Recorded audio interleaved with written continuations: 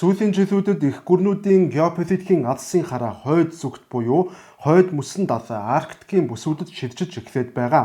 За Оросын холбооны улсын хувьд Арктикийн бүсүүддээ цэргийн баазуудыг олноор байгуулж эхлээд байгаа бол Америкийн нэгдсэн улсын хувьд тун тодорхой Гренландыг худалдаж авахар санаархаж байгаа. За харин бүгд найрамдах Хятад ард улсын хувьд Оросын холбооны улсаар дамжуулан хойд мөсөн далай Арктикт гарах стратегийн гарцыг яг энэ цаг мөчид эрэлхийлж эхлээд байгаа. Энэ бүх их гүрнүүдийн амбицаас болоод газар нутгийнх нь нэлээдгүй хэсэг нь Арктикийн бүсэд харьяалагддаг Канада улс нь гинтийн цочроо авч Канадчууд ч мөн өөрсдийн гэсэн тоглолтыг хийж эхлэхэд хүрчээ. Канада улсын хувьд хойд туйлд нөлөөгөө тогтооход бусад улсуудтай харьцуулахад хамаагүй амархан.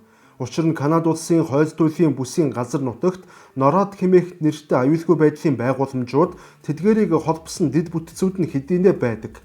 Норад гэдэг нь North American Aerospace Defense Command буюу Хойд Америкийн агаарын хамгаалалтын командын төв гэсэн утгатай. Энэхүү хамгаалалтын шугам нь хүйтэн дайны үед байгуулагдаж байсан бөгөөд Канадын хойд хөлийг бүхэлд нь хамарч улмаар Америкийн нэгдсэн улсын авиасыг хүртэл сунсан хамгаалалтын шугам юм. Уг хамгаалалтын төвийн үндсэн зорилго нь зөвлөлт холбоот улсын зүгээс ирэх аливаа агаарын довтолгоо болон пуужингийн дайралтаас урьдчилсан сэргийлэх зорилготой юм. Мэдээж хэрэг тухайн үед хүйтэн дайн өрнөж байсан тул эдгээр хамгаалалтын системүүдийн дийлэнхийг тухайн үед Америкийн нэгдсэн улс өөрсдийн хөрөнгөөр барьж байлаа. Гэхдээ харамсалтай нь хүйтэн дайны үе дууссан тул өнөөдөр Нородын зарим баазууд ашиглалтнаас гарч бүр эзэнгүй зэлүүд байдалтай болон хувраад дудаж байна. Канададах Нородын цэргийн байгууламжууд нь Америкийн нэгдсэн улсын авиаскийн цэргийн байгууламжууд эсвэл Оросын холбооны улсын Арктикийн цэргийн баазуудтай харьцуулахад хамаагүй сул байдалтай байгаа. Канада улс нийт Арктикийн бүсийн 28%-ийг дангаараа хяндаг боловч Арктикт зарцуулагддаг санхүүжилтийн дөнгөж 2%-ийг арай ядан гаргадаг улс. Гэхдээ өнөөдөр Канада улс нь энэ бүхнийг өөрчлөхөөр шийдээд байна. Тэд дан ганц Оросын холбооны улсын эсрэг бус мөн Америкийн нэгдсэн улстай ч гэсэн Арктикийн бүсэд өөрчлөлтөө хийхээр шийдээд байгаа юм. Завгүй ажилтай, ажил хэрэгч дата хэрэглээ өндөртэй хэн бүхэнд Unitel-ийн дараа төлбөрт Priority багцыг санал болгож байна. Priority багц нь гадаадд байхдаа ч дугаараа ашиглах roaming data, хүлээлггүй шууд холбогдох лавлах төвийн үйлчилгээ, сүлжээний ачаалалтай үед гасалтгүй ашиглах data гэд олон давуу талтай юм а. Мөн дата хэрэглээ яриа гих мэтээр бүхий хэрэглээгээ өөрөө customize хийж багцаа бүтээх боломжтой юм шүү. Та бүхэн Priority багц руу Unitel-ийн аппликейшнээ татаад хүссэн газараасаа шилжих боломжтой.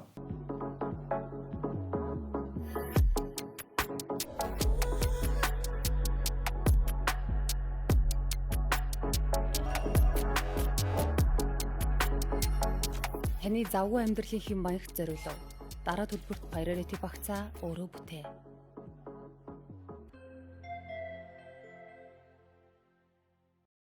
Канада нь газар зүйн хувьд маш өвөрмөц байрлал бүхий улс. Тус улс нь баруун талаараа Номхон далай, зүүн талаараа Атлантын далай, хойд талаараа хойд мөсөн далай гээд 3 том далайгаар хүрээлэгдсэн улс юм.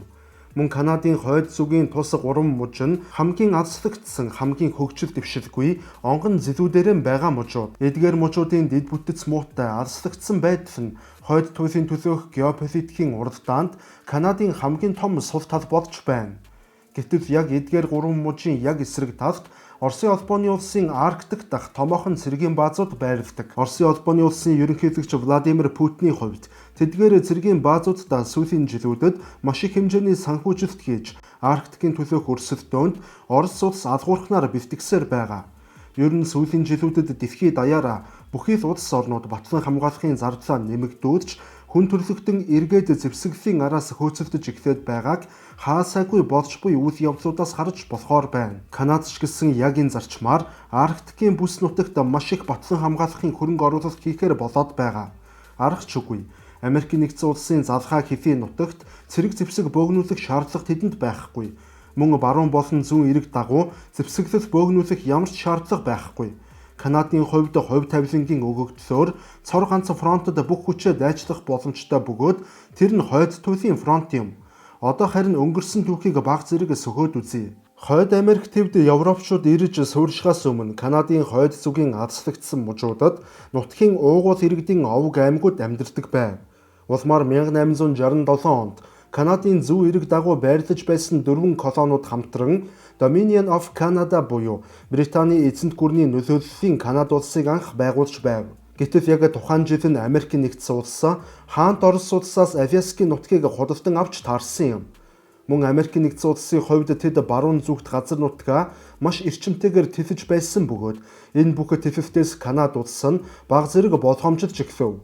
Учир нь Америк нэгдсэн улсын зэвсэгт хүчин баруун хойд зүгт тэвэвт хийх үе хэмээн тэд болгоомжлсон юм. Иймээс канадцууд Америк нэгдсэн улсаас газар нутгийн бүрэн бүтэн байдлаа хамгаалахын тулд нэг далаагаас нөгөө далай хүртэл буюу Атлантын далайгаас Номхон далай хүртэл газар нутгаа тэвэх томоохон компанид ажлыг эхлүүлжээ. Тухайн үед өнөөгийн Канадын нутгийн төв хэсгийн өргөн уудам газар нутаг бүхэлдээ шахуу нутгийн уугуул иргэдийн мэдэлд байсан бөгөөд аль бие усны баримт бичгээр бол тэр бүх газрыг Hudson's Bay хэмээх томоохон компани өмчилдөг байж, тус компани нь нутгийн уугуул иргэдээс төрөл бүрийн амьтны өслөг эдлэл арьс худалдан авч тэдгээр бараануудаа Европын зах зээлд гаргаж асар их ашиг хийдэг баян компани байв. Мөн тухайн үед Канадын нутгийн баруун эрэгт British Columbia муж буюу тухайн үед Британий колони байсан тус муж нь санхүүгийн гүн хямралд автаж таарсан юм.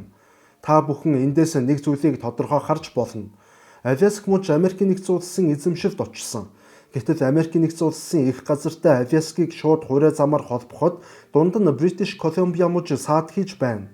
Иймээс Америкчууд British Columbia мужийг эзлэн авч Алясктай шууд хуурай газраар холбогдох үе хэмээн тэд маш их айж байв. Энэ нь ч үнэхээр зөв ёсны айдас байлаа. Иймээс Канада болон Британий эзэнт гүрэн өөр хоорондоо тохироо хийв. Уг тохироогоор Канадын нутгийн гүнийг бүхэлд нь эзэмшиж байсан Hudson's Bay компани өөрийн бүх газар нутгийг Канада улсад тухайн үедээ 300,000 паундаар худалдаалсан юм. Улмаар 1871 онд British Columbia муж Канада улсад нэгдэх гэрээ байгуулав. Гэрээний амлалт нь тус мужид Канадын хөрөнгөөр төмөр зам барьж, Канадын төмөр замын сүлжээнд холбогдох явдал байлаа. Ийхүү маш богино хугацааны дотор Канада улс нь нэг далаагаас нөгөө далай хүртэл өргөн уудам газар нутгийг эзэмших болов. Байлдан дагуулалт бус гэрээний арга замаар газар нутгаа тэвсэн гэсэн үг. Энэ бүхнийг мэдээч хэрэг Британий эзэнт гүрэн Америк нэгдсэн улсаас болгоомжлсондоо цаагуур нь зохион байгуулан хийсэн гэвэл зохино. Тухайн үед Канадын төвийн болон хойд бүсийн бараг бүх газар нутаг бүхэлдээ шахуу Northwest Territories хэмээх нэрлэгддэг байв. Гэхдээ нэгэнт Канада хойд Америкийг бүхэлд нь өөрийн газар нутаг болгож чадсан тул тэд бүтээн байгуулалтын их ажлыг өрнүүлжээ. Тухайлбал Алясктай хэв залхаа нутагт асар их автны судал олж илрүүлж, автны араас асар олон эрэл хайгуулчид явж, улмаар тэндээс хойронгууд үүсэж эхэлсэн тул тухайн бүс нутгийг Yukon хэмээн нэрлэж, өнөөгийн Yukon муж үүссэн байх жишээтэй. Мөн төвийн бүсээр хит ил хууль хүн амгүй байсан тул цагаачдыг олноор нь British Columbia мужийг түшиглэн суурьшуулж эхэлсэн бөгөөд өнөөгийн Альберта болон Saskatchewan зэрэг мужууд үүссэн байх жишээтэй. Улмаар хамгийн сүүлд 1949 онд зүүн эргийн Newfoundland мужийг байгуулав. Ийхүү канадцууд баруун болон зүүн мөн төвийн бүстэй хүн ам суурьшуулж дэд бүтэц бий болгож чадсан боловч хойд мужууд орхигдсон байдалтай хэвээр үлдсэн юм. Тэдгээр мужууд нь Канадын нутаг боловч бараг ямар ч хөгжил дэвшил соёл иргэншилгүй шахуу хоцорчээ. 1950-ад оноос эхлэн Америк нэгдсэн улсын засгийн газар өөрийн Арктикт залхаа Аляск мужийг хөгжүүлэхийн тулд бодлохоор маш их хөрөнгө мөнгө зарцуулж эхлэв. Тэнд ажлын байрууд хотууд шинээр баригдаж, асар их бүтээн байгуулалт мөнгө эргэлдэж эхэлсэн тул Канадын зэрэгэлдэх мужуудаас шинэ боломж хайсан цагаачид Аляскийг зорих болов. Энэхүү графикаас Аляскийн хүн ам хэрхэн хурдцтай өссөнийг харж болно. Ер нь бол дэлхийн 2 дугаар дайны дараагаас Аляск гинэт босож ирсэн гэж хэлж болно. Гэтэл Канада улс Алясктай адил бодлого хэрэгжүүлж чадсангүй.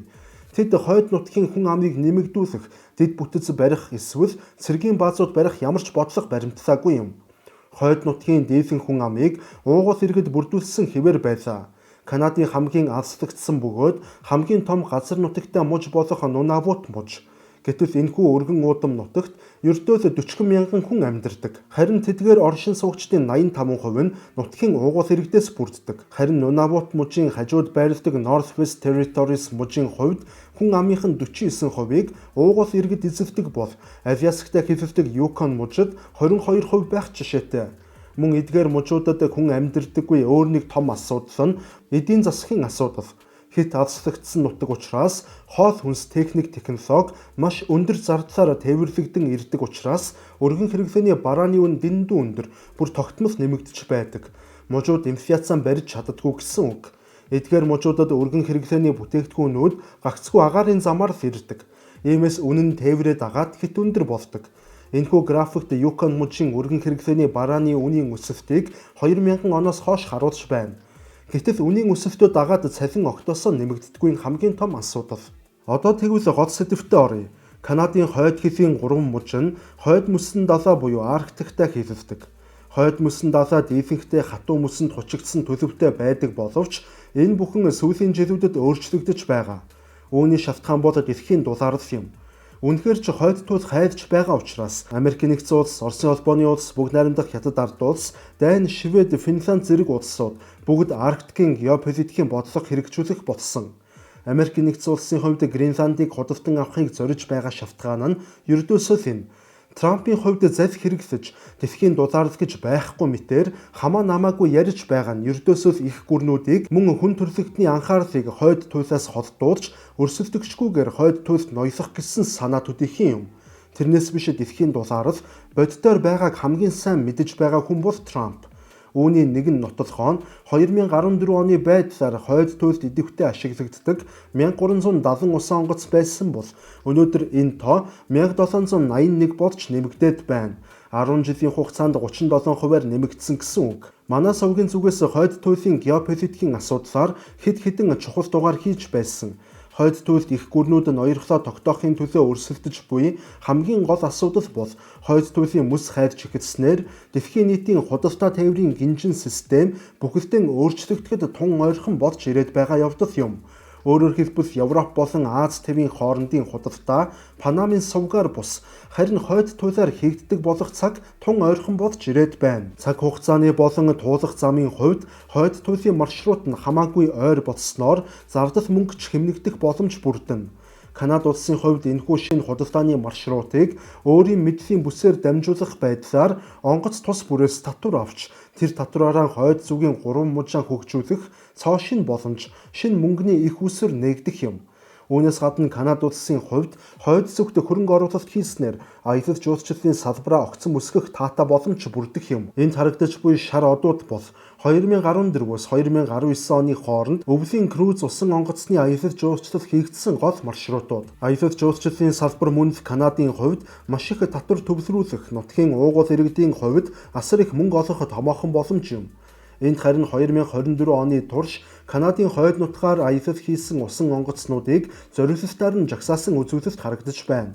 Аялал жуулчлалын 87 усан онгоц бүтэн жилийн турш явсан бол загас агнуурын зориулалттай 692 усан онгоц явсан байх жишээтэй. Арктикийн мөсөн давхарга эрчимтэй хайрч байгаа нь тухайн бүс нутгийн загас агнуурын цоошин их үсвэр болон хувирахад хүрчээ. Мөн Арктикийн бүсэд хайгуулаар тогтоогдсон багагүй байгалийн баялаг бий. Ялангуяа Baffin Bay хэмээх энэхүү хэсэгт байдаг Канада болон Гренландын голд Америк нэгдсэн улс Гренландыг худалдаж авахар санаархаж байгаа өөр нэгэн шалтгаан бол бас энэ. Тэгэхээр 1985 онд Америк нэгдсэн улсын иргэн хамгаалалтын усан онгоц Канадын Northwest мужийн усан хэлээр ямар ч зөвшөөрөл авалгүйгээр хэв зөрчсөн үйл явдал болсон юм. Канадын усан хэлд нэвтрэх гэж буй хэн боловч угтаа бол Канадын засгийн газраас зөвшөөрөл авах ёстой. Гэтэл бүгд найрамдах Хятад ард улсын усан онгоцч ялгаагүй Америк нэгдсэн улсын адилаар Канадын усан хэлийг 2016 онд бүдүүлгээр зөрчиж байв. Хятадуудын хувьд тухайн үйл явдлын тайлбар болгож усан зам бол бүх үндэстний зорчих эрхтэй дундын бүс хэмээн хэлсэн байдаг. Канадын усан хэлийг Америк нэгдсэн улс октоосоо хүлээн зөвшөөрөхгүй байсаар байгаа. Үүний шалтгаан нь тун энгийн. Хэрв Канадын усан хэлийг Америк зөвшөөрчих юм бол дэлхийн нийт газрын тосны худалдааны 25% нь дамжин өнгөрдөг Хормузын хоол Ираны усан хэлийн дотор багтана гэсэн үг. Мөн бүгд найрамдах Хятад ард улсын өмнөд Хятадын тэнгис бүхэлдээ шахуу Хятадын усан хэлийн бүсэд хамаарах болж таарна. Нэг ёсондоо бүгд Канадтай барьцаж таарна гэсэн үг. Иймээс илүү өргөн геополитикийн агуулгаас болоод Америк нэгдсэн улс нь Канадын усан хэлийг огтоосон хүлээн зөвшөөрдөггүй байна. Та бүхэндээ манай хамтран ажиллагч байгууллага Австраг нь хууль зүйн товчоогоо танилцуулж байна.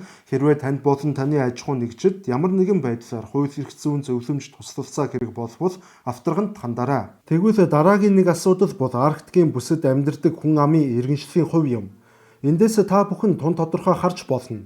Арктикийн оршин суугчдын дийлэнх нь буюу 45%-ийг Оросын холбооны улсын иргэд бүрдүүлдэг бол 14%-ийг Америк нэгдсэн улсын иргэд, улмаар Финланд, Швед, Норвеги, Исланд гэх мэтээр жагсаж байгаад Канад дөнгөж 2%-ийг бүрдүүлдэг. Канадын хүн амын дөнгөж 2% нь Арктикийн бүсэд амьдардаг боловч Канадын газар нутгийн 40% нь Арктикийн бүсэд харьяалагддаг. Гэтэл энэ 40%-ийн том газар нутагт Канадын хүн амын дөнгөж 0.3% нь амьдардаг болж таарч байна. Одоо харин та эндээс Арктикт хөрөнгө оруулалт хийсэн улсуудын мөнгөн дүнг харж байна. Хамгийн хөрөнгө оруулалт болох 61.6 тэрбум долларыг Оросын холбооны улс Арктикт хийсэн бол Канада улс дөнгөж 2.6 тэрбум долларын хөрөнгө оруулалт хийжээ. Өөрөөр хэлбэл Канада улс нь нийт хөрөнгө оруулалтынхаа дөнгөж 0.6%-ийг Арктикийн бүсэд хуваарлсан гэсэн үг. Гэхдээ энэ бүх хүн ам хэд бага суурьшиж байгаа. Маш бага хөрөнгө оруулсан гэх мэт үзүүлэлтүүд нь Арктик дахь Канадын хууль ёсны байр сууринд ямар ч нөлөө үзүүлэхгүй боловч гагцхүү Арктик дахь Канадын нөлөөнд өөрчлөлт оруулах нь маргаангүй. Гэтэл Украины дайн бүх зүйлийг өөрчилсөн юм. Канада улсын засгийн газраас Украины дайн эхэлсний дараагаар маш богино хугацаанд 4.9 тэрбум долларыг зэвсэглийн шинжилгээний салбарт зарцуулахаар болов. Мөн Америк нэгдсэн улсаас ч ялгаагүй Нород гэх командын төвдөө ихээхэн хөрөнгө оруулалт хийхээр боджээ. Нород бол дэлхий дээрх цорын ганц хоёр улсын хамтран эзэмшдэг цэргийн командын төв юм. Нородын ерөнхийлөн захирагч нь Америк нэгдсэн улсын 4 одтой генерал Григори Гойло гэх хүн удирддаг. Уг төв нь Арктикийн бүсэд нисэж буй бүхий л онгоц болон буужингуудын болзошгүй хөөргөлтүүдийг тогтмол хянаж байдаг. 2022 оноос хойш Канада улс нь Нородод 20 жилийн турш нийтдээ 40 тэрбум долларын хөрөнгө оруулалт хийх баталгаа гаргасан. Канадын засгийн газар хойд бүс буюу Арктикийн бүстэй гэнэт анхаарал хандуулж улмаар шин цэргийн баазууд газрын гүндэх хяналтын төвүүдийг барих ажлаа эхлүүлээд байна. Гэхдээ энэ бүх бүтээн байгуулалтуудаа тухайн нутгийн ард иргэдэд ашигтай байдлаар буюу ажиллах хүчнийг тэндээсээ бүрдүүлж байгаа бөгөөд ингэснээр азаслагдсан бүсийн хүн ам ажилттай орлоготой болох боломж бүрдэх юм. Канада улс өнөөдөр л Арктикт хөрөнгө оруулалт хийхгүй бол холбоотон эсвэл дайсагнагч гэлтгүйгээр Арктиктай хэв залхаа оршдог бүхий л улсуудын ард хоцрох аюул нүрлээд байна. Энэ бүх хөрөнгө оруулалтуудын дийлэнх хэсэг нь Канадын Нунавут мужид хийгдэх юм. Нунавут мужийг Канада улс нь 1999 онд Northwest мужаас салхан авч тусад нь муж болгон байгуулж байв. Үүний гол зорилго нь нутгийн уугуул иргэд болох Иньют үндэстний хүмүүст өөрсдийн түүхэн газар нутагтаа түүх соёлын уламжлалаа хадгалж Канадын доторх автономт улс байдлаар оршин тогтнох боломж олгох явдал байв. Энэ нь хүн төрөлхтний түүхэн дэх хамгийн томд тооцогдох газар нутагтай холбоотой гэрээнүүдийн нэг болж бүртгэгдсэн юм. Тэгэхээр манай өнөөдрийн дугаар энд хүрээд өндөрлөж байна. Та бүхэнд мэдээч хэрэг таалагдсан гэдэгт бол найдаж байна. Ингээд дараагийн дугаараар дахин уулзлаа түр баярлалаа.